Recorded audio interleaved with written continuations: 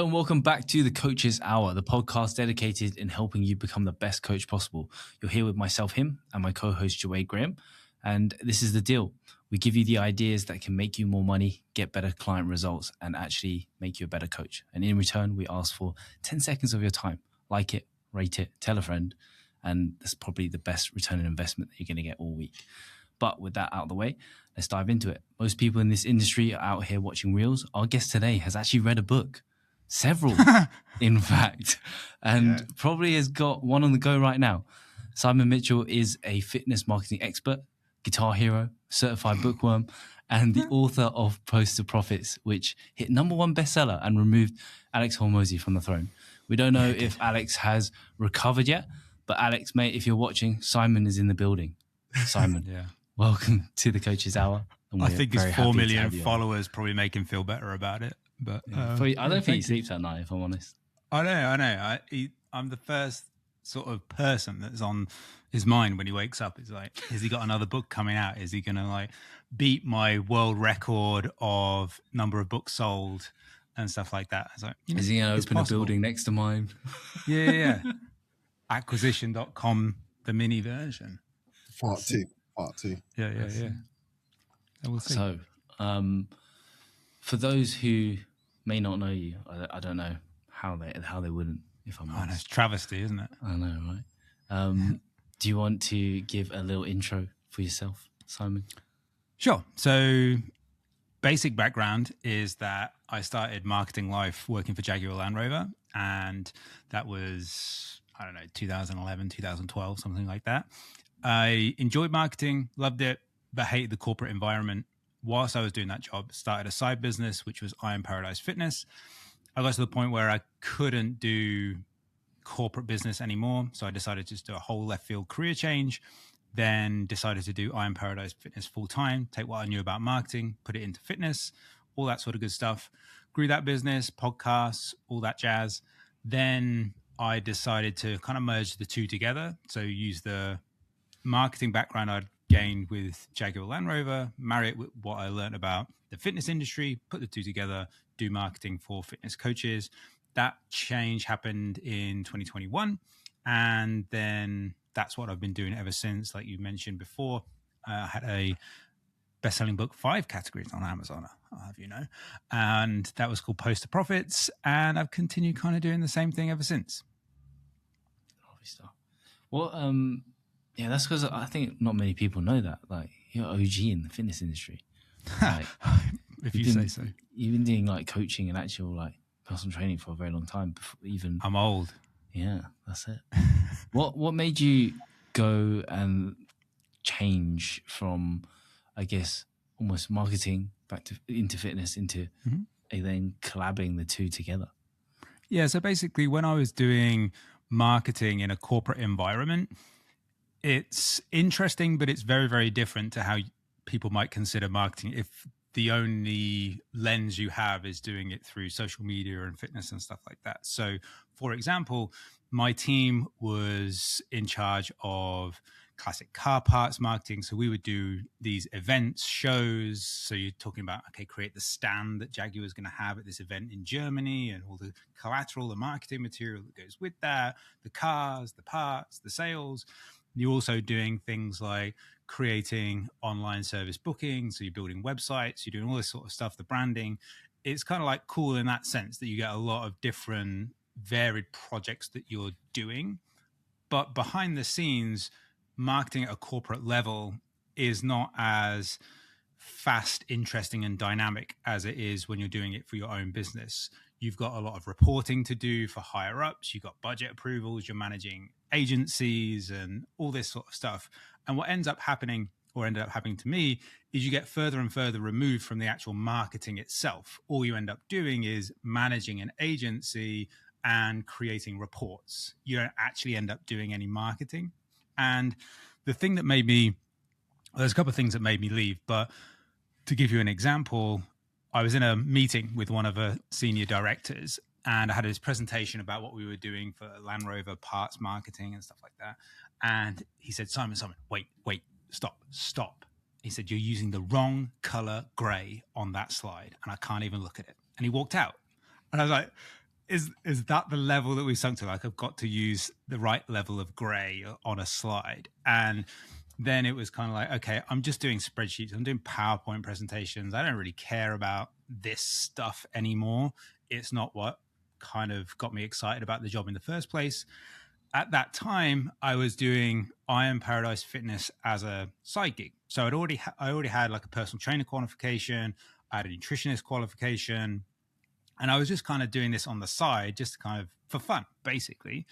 And at that point, I had a business that was earning, I think, somewhere between £900 and £1,000 per month. That was it, right? And my Jaguar Land Rover job was 80 grand plus car plus nice benefits and stuff like that. But I decided that if I was going to make a shift, it had to be then. Like, I didn't have...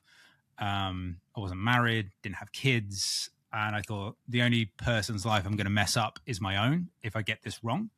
So I decided to jack the job in and then go all in on the fitness business and say, right, I can back myself to take what I know about marketing and do this better than most other fitness coaches. Because what I'd seen out there is that a lot of great coaches, but not a lot of great coaches who are good at marketing themselves.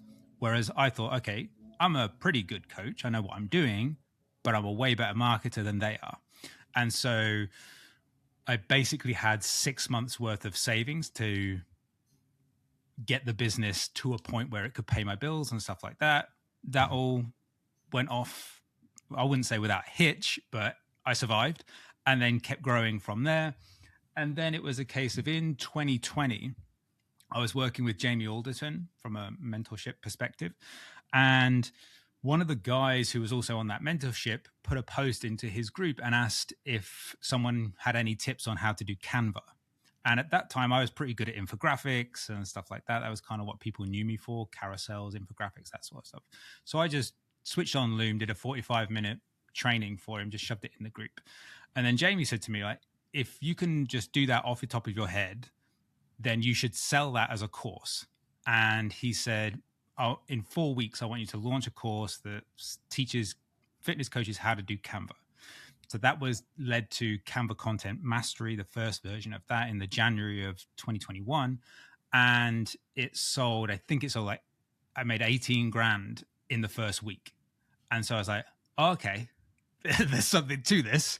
I think I'll keep doing that. And so I just, at that point, I was doing both businesses at the same time. And then it just all got too much. Like, it was, okay, well, I can't devote all the time to the coaches, to the clients that I got on the coaching side of things, and do all this extra stuff to grow this other business. Is I can't do two at the same time. So I just said, right, okay, marketing's my background. I now know online fitness businesses inside out. I can just mash the two together and I'll go off and do that. So that's essentially the arc of the story, as it were. And when you say that you were doing other stuff instead of the actual marketing side for Jaguar, I feel like that sounds a little like online coaching now. People are like having to do content or, admin and things like that. A lot of times people just want to coach. Yeah. I mean, at the end of the day, online coaching is about 95% marketing and 5% coaching. Like, you might set aside a couple of days, depending on how many clients you've got, to do your check-ins. And, every day you might have a few messages to go backwards and forwards. But after you've done that, there's a whole lot of time left in the day. And you should devote that to getting more clients, basically.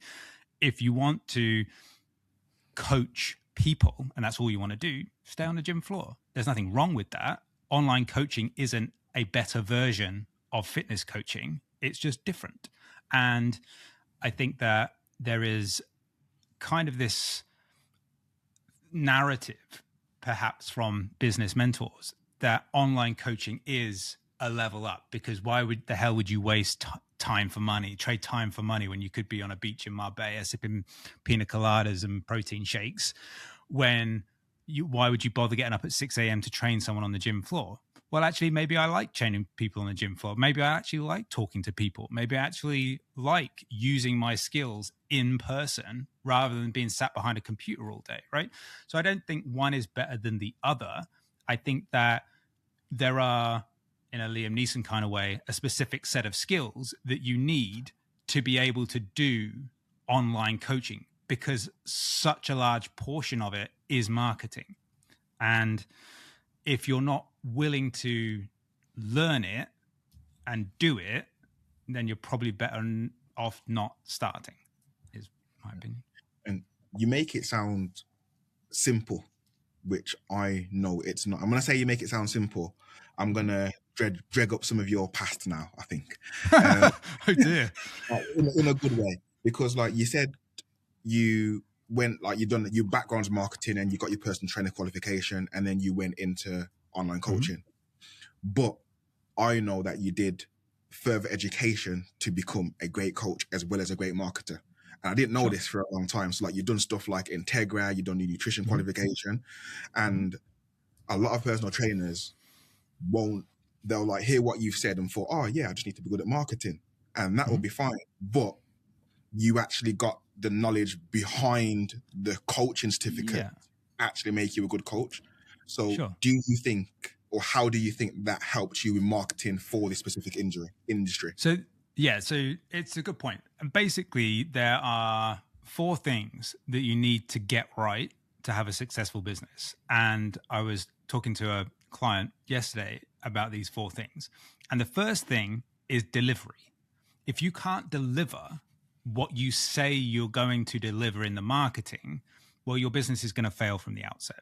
So you need to be able to do the thing that you're promoting. If you can't coach, if you can't get someone a result, if you really can't handle different circumstances, different clients, different problems, you have no business being an online coach. You should go back to school, do some more training courses, go back to the gym floor, learn from somebody else, whatever.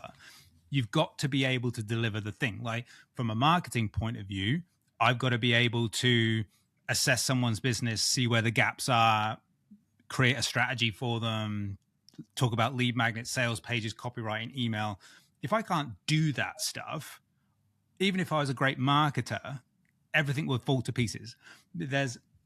I can't remember the guy's name, but there's a marketing quote. He says, nothing kills a bad business faster than great marketing.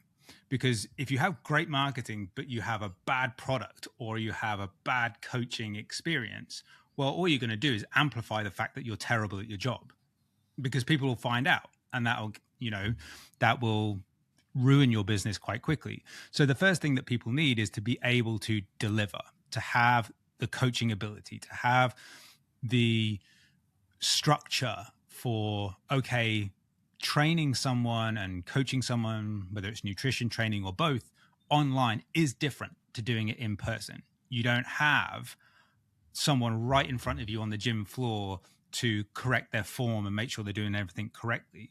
So if you don't know how to do that online, your program's going to suck. If you can't explain something to somebody, either nutrition, habits, or training, whatever, online, your program's going to suck. And so absolutely, whatever training courses that you need to go on that apply to your niche, your audience, you need the foundational skills to be able to coach before you even think about marketing. Yeah, because I think like for me, I didn't know that you, at the beginning anyway, I didn't know that you took yourself, I say seriously, but you actually went to the level that you did in the coaching realm, because I say it's easy, like your background is marketing. So it would have been easy enough for you to say, I can just get my certificate, and because I'm a good marketer, I can build a business just with my certificate. But no, you had the foresight, I will say, he's got more qualifications than the average online coach. And that's what I mean. He doesn't do it anymore. And it's like, people probably don't know that. I think you got to, what I did is I took pride in what I did. And so I to do what I wanted to do and to serve the niche I wanted to serve, I had to have more knowledge than a level 3 PT qualification. I knew that was going to get me nowhere.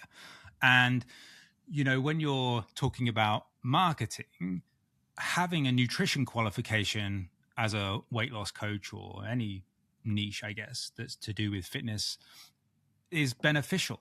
There's a level of authority and credibility that comes with having that badge of I'm a certified nutritionist. If people are in the know, then knowing you've done Integra courses on exercise mechanics has a little badge of credibility to it. So in a way, getting better at the skill, the craft that you have chosen is marketing in and of itself. You're not fabricating something. You're saying, okay, I've got a level of skill at this that the 18-year-old who just qualified hasn't got. And so that is a way of differentiating yourself. And when I was building my fitness business, I was targeting a lot more Gen Pop clients. Weight loss was the main thing, and novices coming into the gym. So my angle on that and my way to make it unique was, okay, I'll learn all this seemingly to the average person complex stuff. So you like your Integras, your exercise mechanics and stuff like that. But I'll make it simple and apply it to a Gen Pop audience. So when they hear me talk, it sounds different to the average person, the average PT who's talking to Gen Pop, who tries to maybe really dumb things down. And perhaps people wanted more detail, more insight, and you have a level of experience and knowledge that if you can pitch it in the right way, that it makes people more confident that you are a more experienced, credible coach. So it's about not just doing courses, it's doing the right courses and saying, how can I apply this information to the audience in the right way? So one of Mike's things is think science, talk client, right? So that was one of the things I took to heart was, okay, right, I'll do the science part, but talking to my client is very different to say, if one of you guys was training a PT who knew this stuff, you'd talk to that audience very differently to how you would talk to a Gen Pop audience. You'd have the knowledge, like your thought processes would be the same about how you're dealing with this client and how you're creating a training program or teaching them how to do an exercise correctly. But the way you guide them through that process is totally different. And so having that experience behind you helps you be more confident with the client. It helps you talk to a client in a way that other people perhaps can't. So I think it's very, very important to have the right knowledge and background to be able to service your niche in the right way. Yeah, 100% agree. And I just find it like, it's interesting because slightly off topic, because all what you've said, it's marketing, but it's also business. Yet Sure.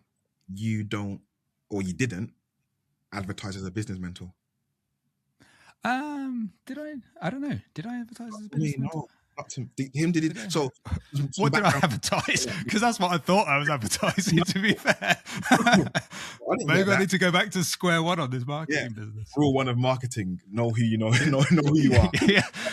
What the hell do people think I do? Jeez. So for anyone that doesn't know, Simon mentored both me and him for quite a long period of time. Back in the days, a couple of years ago. Back in the day. For me, like, my perception was, and him might be a little bit different, that you were a marketer. So you said, I think I came into your orbit, or at least I thought I did, through like learning how to market yourself using social media. So like back then I had about 100 followers. Or 200 followers, and it was like I wanted to learn the social media side of marketing, and I'm pretty sure that's where I got you from. Is like you helped me, or you advertised helping me with the social media marketing, but what I actually got was completely different in a good way. Yeah. I think it's actually your missus reached out to me and said, Joey keeps asking me questions about content and stuff like that I don't know the answer to. Can you help him? So I said, yeah, sure, send it my way. So the way that I think that the point you're sort of getting to is that the way that I advertise my business has shifted and changed. You know, as different platforms change and all these sorts of things, you kind of make subtle changes to the way that you market yourself and stuff like that. The way that I see myself in terms of being different is I don't just focus on social media, because I don't care that much about content on social media in terms of like, you don't come to me because, you know, you want someone to teach you how to do great video edits. Go to him for that. Or you don't, or to, I don't know, you're the next trend, you're going to find that, or how do I slice this thing together? Like, that's not what I do. So my thing is a lot more about the entirety of the business and how marketing sits into everything that you do, right? From, okay, how do you find the niche in the first place? How do you create a product that is different in that space? How do you position that in front of your audience so that they sit up and take notice? How do you get people from social media, podcasts, wherever you're pushing out some content, how do you get them to see that offer, opt in for that offer, and be interested, make inquiries and stuff like that? So like social media to me is a piece of the puzzle. Whereas I think a lot of business mentors in this space, like social media is their thing. Perhaps that they came along when a particular tactic was new. They hit that before it got totally saturated and people got bored of it. They made their money. They switched to being a business mentor, and then they taught people that method. And okay, when that method doesn't work, then they're screwed. So I find that happens a lot. Whereas I think something that maybe sometimes works to my detriment is that I don't sort of scream and shout about one specific tactic that I've got. Like, I'm not the ad guy. I'm not the viral video guy. I'm not the get 1 billion Instagram followers guy or anything like that. It's kind of like a little bit like if you were teaching or coaching someone through dieting.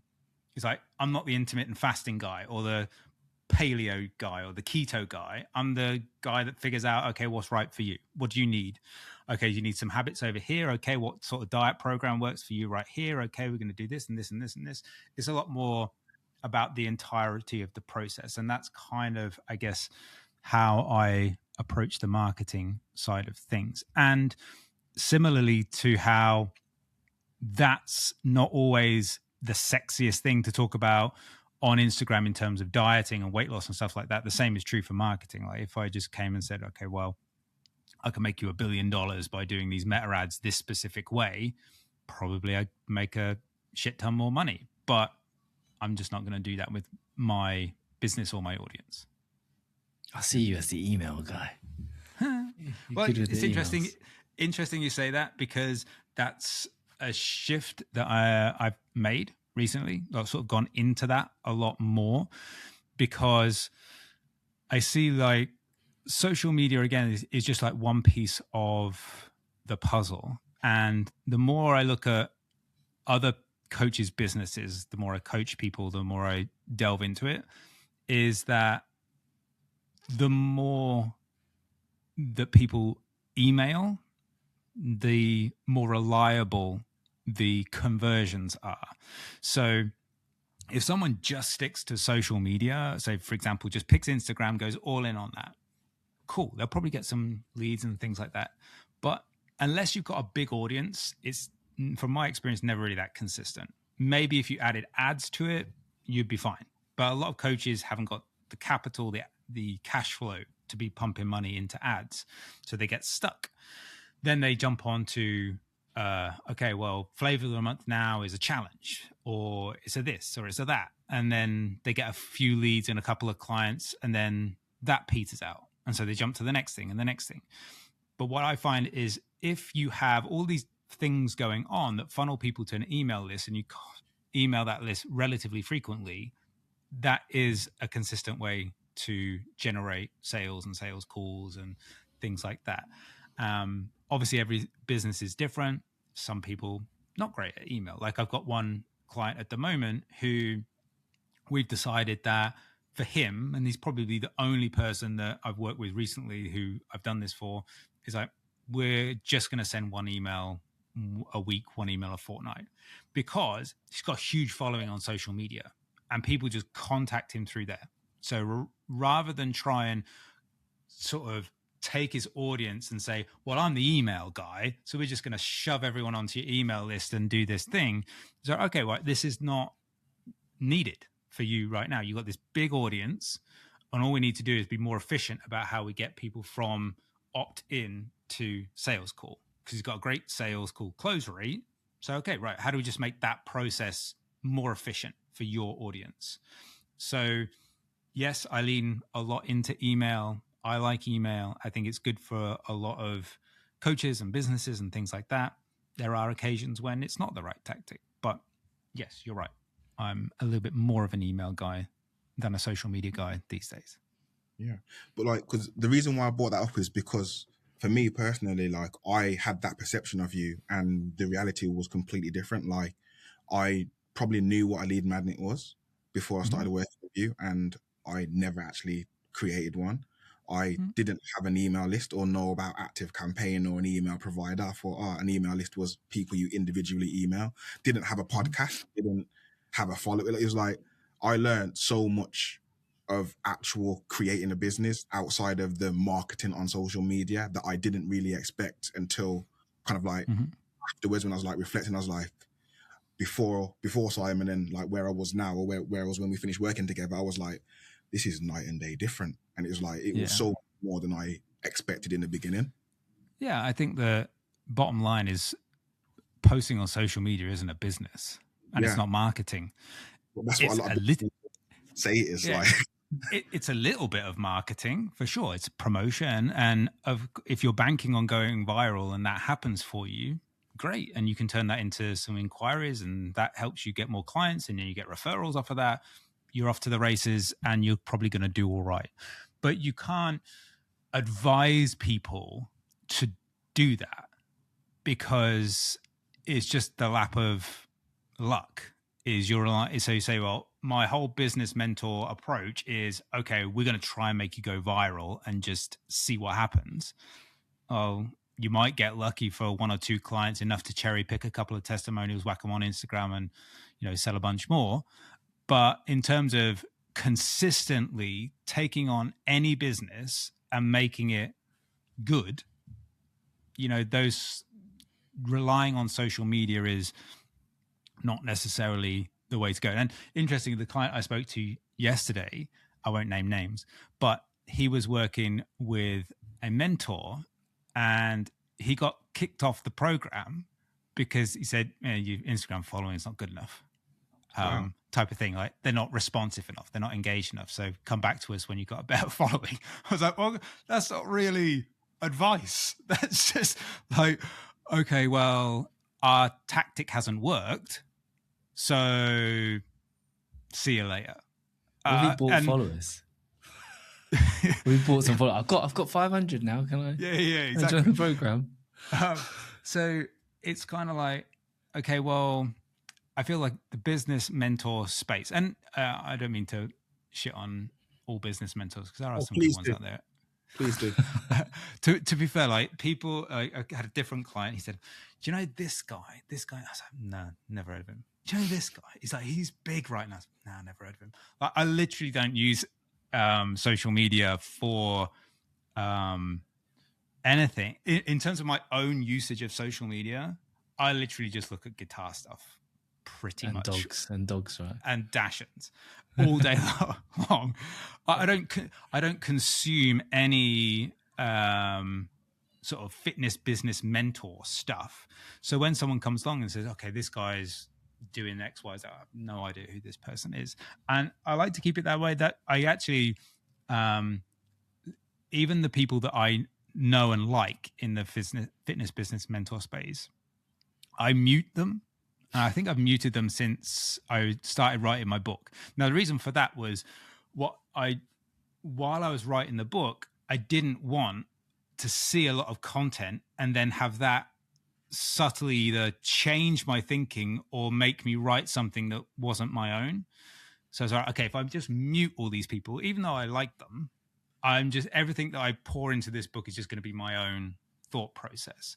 And then I just never ended up going back and unmuting them. So I don't consume fitness business content per se, but I have conversations with clients who tell me he said this and they said that, and I've worked with this guy. I mean, the same names come up, even though I don't know who they are. You know, the same names appear all the time. So, well, I started working with this guy, started working with that guy. And it's interesting that it's like almost a mirror image of my fitness business. So the clients that I got on the fitness business, well, they tried all of the diets and the programs from all of the popular people. And it seemed to be like, okay, I'm the guy you come to when nothing else worked. Cool. And it seems to be a little bit similar in the fitness business side of things. People go to the ones who have the flashy testimonials and all of the, you know, the marketing that lures you in, or all this sort of stuff. And when that doesn't work, well, then they come and somehow find me, which is kind of cool. I mean, it'd be nice if I was first, but you know, that might not ever happen in the current way of social media. And there are certain things that I think that put limitations on a business like mine, and similarly for fitness coaches. So like it or not, being honest and credible and to have integrity probably doesn't sell as well as the opposite of that. So again, like another client, he sent me this Instagram link for this business mentor. Apparently is like the flavor of the month or whatever.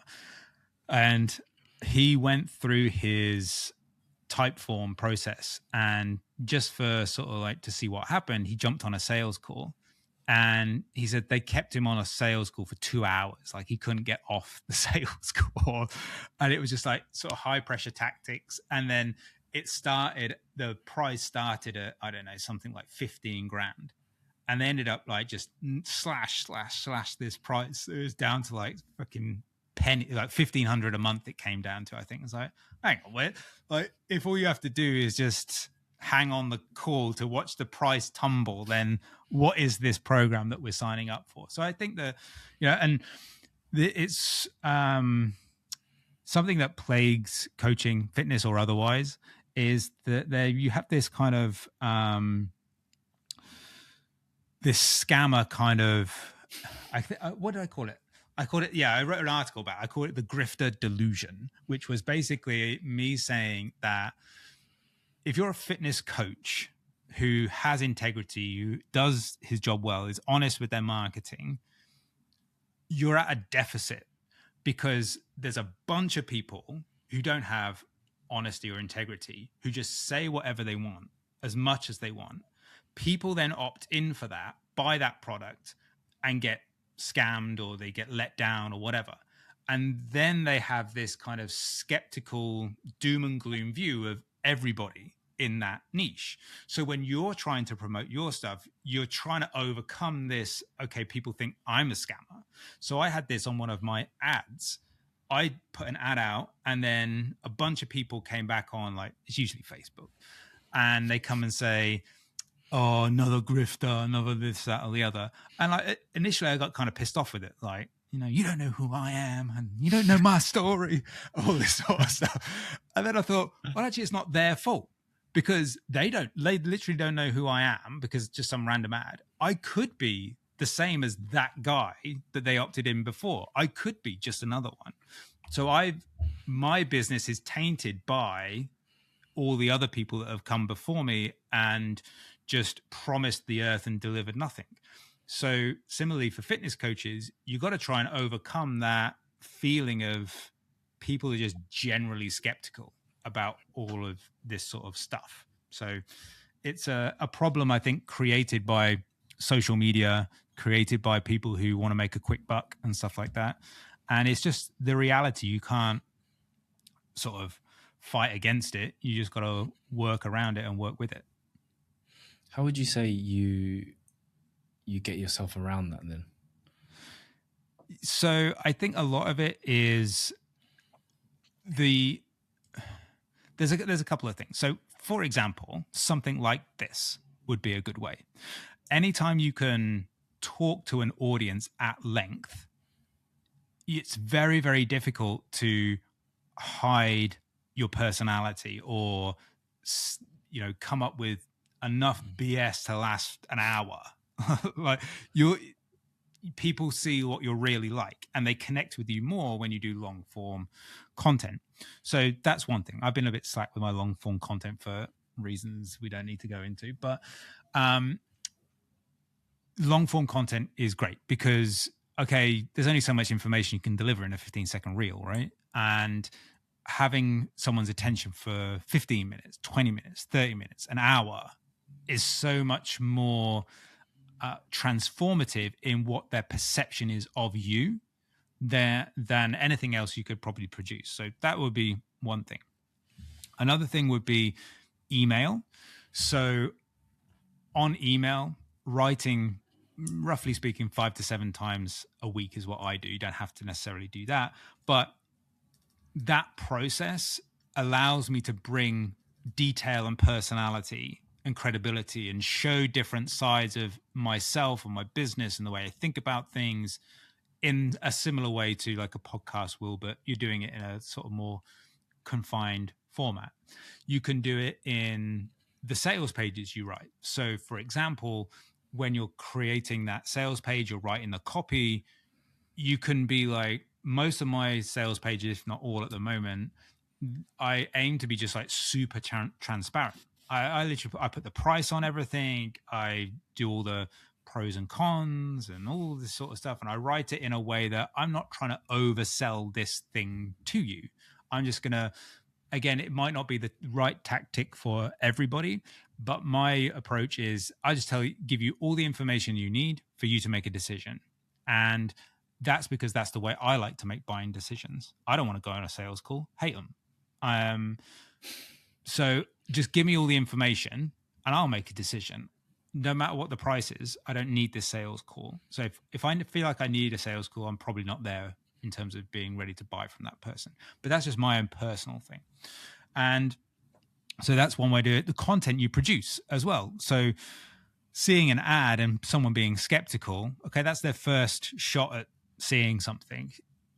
But if you're consistently producing content that is credible, is honest, shows your methods, your thought processes, your thinking, bit of your personality and stuff like that, over time, people build that know, like, and trust that you read about in every marketing book, or people tell you about if you don't read him.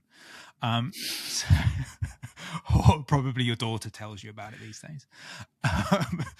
So a lot of different ways that you can do it. They would be just some of them, I would say. So and also going back to the original point, delivery. If you deliver a great service and you do what you say you're going to do, word gets around in a positive way, not just a negative way, right? So you're saying long form content, podcast, YouTube, emails, sales page copy, everything that people don't do. Yeah. So So basically, like, there's like a thing in marketing in terms of before social media. Like, you think about what the world was like before social media. Brands used to tell you what to think of them. Okay, like you just saw an advert, Nike, whatever, and that was, okay, that's Nike or whatever, go buy the product. Now, so much social media, everyone's talking amongst their own friend groups or across continents and stuff like that, is that the brands have less control about what people think of their brand. So when you're marketing and sending out messages, you're no longer saying, this is what you should think about my company or my service or whatever. You're just sending out signals to people. And so when you're producing content, you want to think, okay, am I sending the right signals to my audience? So am I showing that I have a depth of knowledge about exercise mechanics? Am I sending the signal that I can simplify these concepts? Can I send the signal that I can help you overcome that weight loss issue of losing weight and regaining and stuff like that? Am I sending these correct signals out through all these different streams of content, sales pages, or whatever? And then you want to start thinking about mainly content, but also every aspect of your marketing. These days is a lot about overcoming objections. And that's the way I think about emails, the way I think about social media content. Each email I send is chipping away at a doubt or a question that my audience might have about my service. And so one day I might talk about, okay, I was on a onboarding call with a client and they said this. And I was like, okay, well, that's probably a similar question that a lot of people have. So let me pull that out, put it in a marketing email, and I'll explain in a creative way how I answered that question. Or it might be something from this podcast, like you asked me something. I say, oh, okay, cool. That'll be a good teaching moment for my audience. I can simplify what I said over the last 20 minutes or something like that, put that in an email, chips away at an objection. And perhaps I have this thing where I tell people to think about common enemies in their marketing. And what that basically means is that who are the common enemies in amongst your niche? And that could be a person, it could be a business, it could be a thought, it could be a feeling, it could be anything, right? So for example, a common enemy of people trying to lose weight is a lack of clarity about what they should be doing. So in that group of people, in that niche, most people have that problem. So that's the common enemy. So how do I attack and kill off that common enemy for that audience? By providing them with a solution, an answer, or whatever it might be. A common enemy might be, for this audience, bad business mentors. So how do I attack, in the legal way, that common enemy and make them see a different path forward? And so what that ends up doing is you create this sort of like tribal sort of effect of people kind of saying, yeah, we hate them too. That sounds great. Let's go with this guy. I mean, I've very, very simplified that type of thing, but that's the idea. And one of my current clients, his niche is teachers. And what he generally does is he talks about the common enemies of teachers. So for them, it's going to be, okay, well, maybe it's the fact that I'm on my feet all day, or I've got to do lesson planning late into the evening and marketing. So I don't marking. So I don't have time to do all this fitness stuff. Or maybe I've got like unruly parents who just like time drain of all the crap that I have to deal with. Right. So he'll attack these common enemies and people will say, okay, that guy gets it. He gets what I'm struggling with. It's different to everybody else. That's the dog getting excited. He loves what I say about marketing. It's the mentors of setting off, aren't they? That's it. I'll mute for a second while you ask me the next question. No problem. So did you have anything to follow on from that? Because I'm going to maybe change tact ever so slightly. Based on so one thing that you were mentioning about kind of a personal brand, right? And I think you're someone who doesn't share too much, I guess, about your personal stuff, right? And now there's this huge, I don't know if this is a new tactic or whatever from mentors, but there's this huge narrative that you need to have your own personal brand. Like, and I remember when I first started coaching, it was like people would say, you shouldn't post anything, like you shouldn't tell people that you got a dog. Like no one cares that you got a dog or whatever, right? And sorry, Randy, don't listen to this. It's like no one cares what you do in your spare time. Just like talk about, your fitness and information that you can share about that. But now, like this narrative's all changed where people are like, anyone can do that with AI. You need to now talk about, you need to share what you're doing with your life. And I think you're not someone that does that all the time. I'm interested to know what your kind of take on that is. And sure. Yeah. Again, like I think it falls into this space of everyone thinks it's kind of like, well, not everyone, but a lot of these people think it's one or the other. It's black or it's white. There's no sort of like middle ground. You do this or you do that. You do this or you do that. And as with fitness, dieting, whatever, it's never really this or that. It kind of like, it depends is the usual answer. You know, it will be a case of, well, give me more context about your business. Like, what is it that you're trying to achieve? What products you're trying to sell? What audience you're trying to gravitate towards? Does making a personal brand service that business better or not? So the first thing would be, it's never this or that. The second thing would be, people get obsessed with social media metrics, followers, reach, likes, comments, all these sorts of things. Primarily, they don't directly benefit your business, or they don't directly put cash in the bank, put it that way. Now, if you've got a massive following and you can monetize that following, that's a different story. But having a big following doesn't necessarily mean you've got a good flow of clients. Having huge amounts of views and reach on every reel doesn't mean that you're getting a lot of leads and making sales. It depends is the boring but the true answer. If I look at my own content, I'm less interested about, because my business is me, kind of by definition, I have a personal brand. But I don't approach that personal brand in the sense that my personal brand needs to have a ton of stuff about my personal life. So I think there's like a distinction between, okay, well, what actually is a personal brand? Is a personal brand just, okay, I am the company, I am the face of the company is me, and that necessitates, okay, my brand is my personality coming into my content. That is my personal brand. Or does personal brand mean I just tell you everything that's happening in my life? Like, there's a definition question, I think. But having said that, what I've found in my own business is that educational content, informative content done in an interesting way leads to buyers. Personal content leads to reach, but doesn't lead to buyers. That's just my business. That could be totally different for the next person who says, okay, well, I do a lot of personal content and it brings me a load of business. Cool.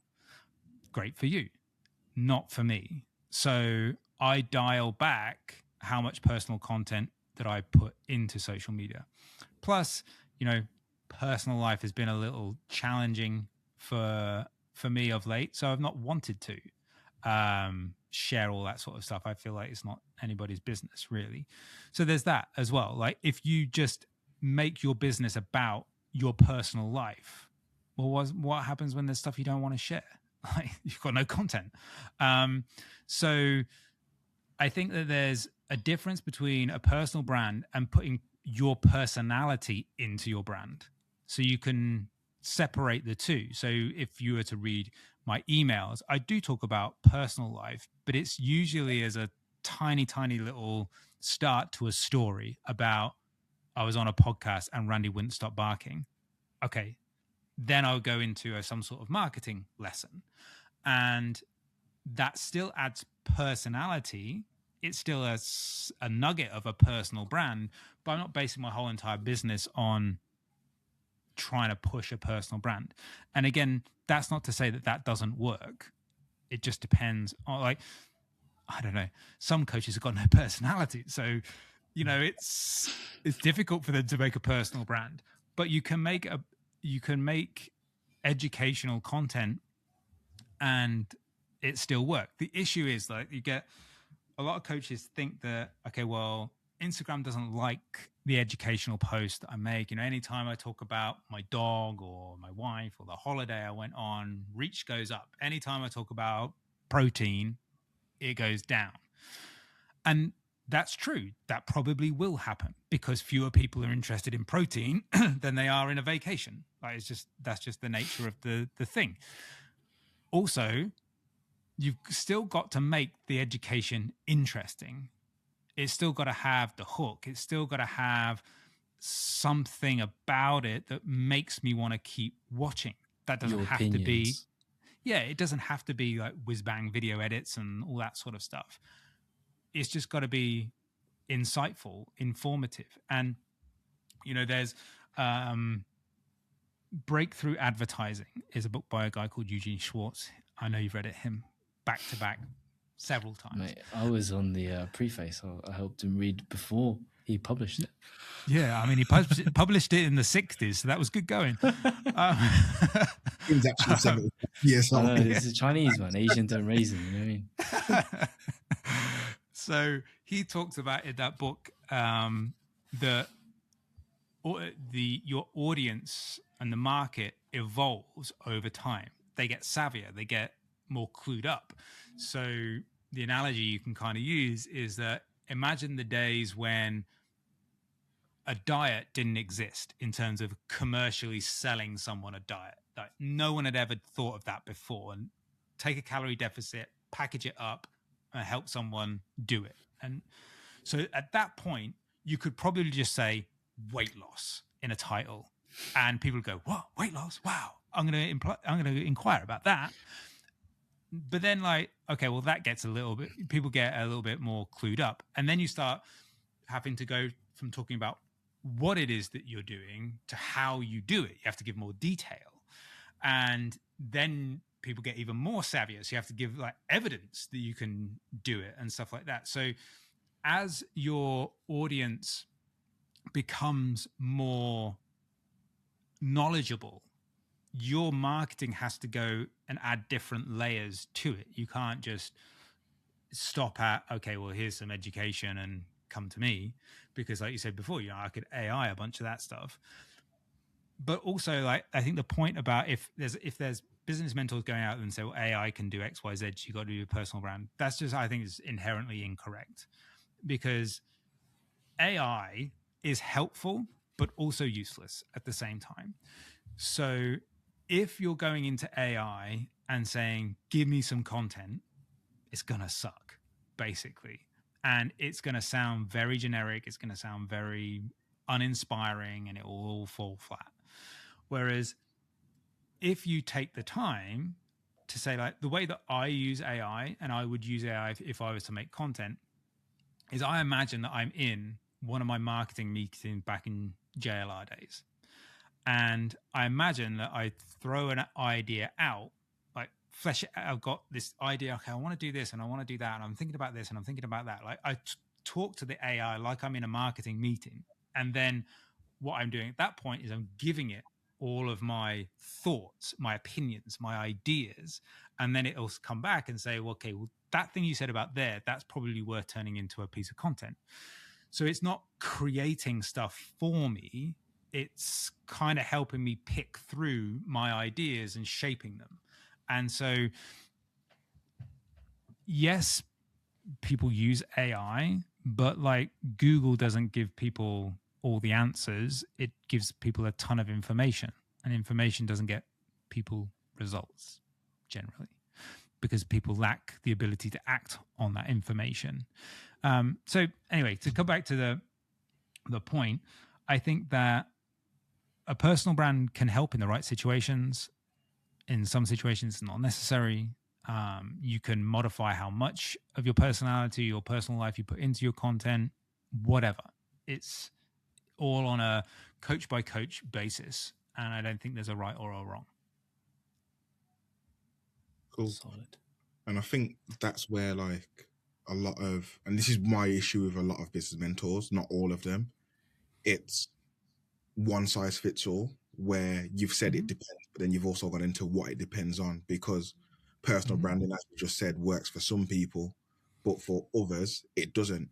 And just like in coaching, if you say like it's calorie deficit, it's just calories you're going to focus on. And someone says, well, my food is this. If we don't have another option to fall back on, i.e. training, steps, whatever else it may be, other lifestyle management, it's just like what works for me works for everyone, or it's one size fits all. And I think that's not what marketing is. And that's why there's, in the fitness industry at least, there are so few marketers, because people can't differentiate between people's separate needs. Yeah, I think that, it's one of those things, certainly in my business, is that you rarely see on my Instagram a testimonial or a result from a client. And if I did post results, I guarantee I'd get more business But the reason why I don't, and I save that social proof for a sales page or an email or whatever, is because if I just share, okay, this flashy result, is that it doesn't tell you anything about the context about, okay, well, where did the guys start from? Like, I'm working with a client not in the fitness industry right now who started with 100,000 followers. That's different from a guy starting with 600. And so to share that testimonial about, okay, well, we added this percentage to their followers and we've added this percentage to their bottom line and all this sort of stuff, they're a good business to start with. So not that that makes it my job easier, but it makes it, I don't want people to get a false impression that I can do that for the guy with 600 followers, because the guy with 600 followers is probably going to take way longer.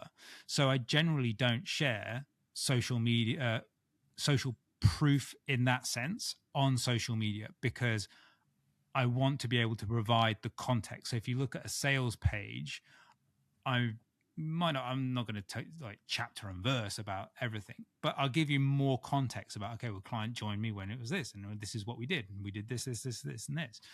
So it's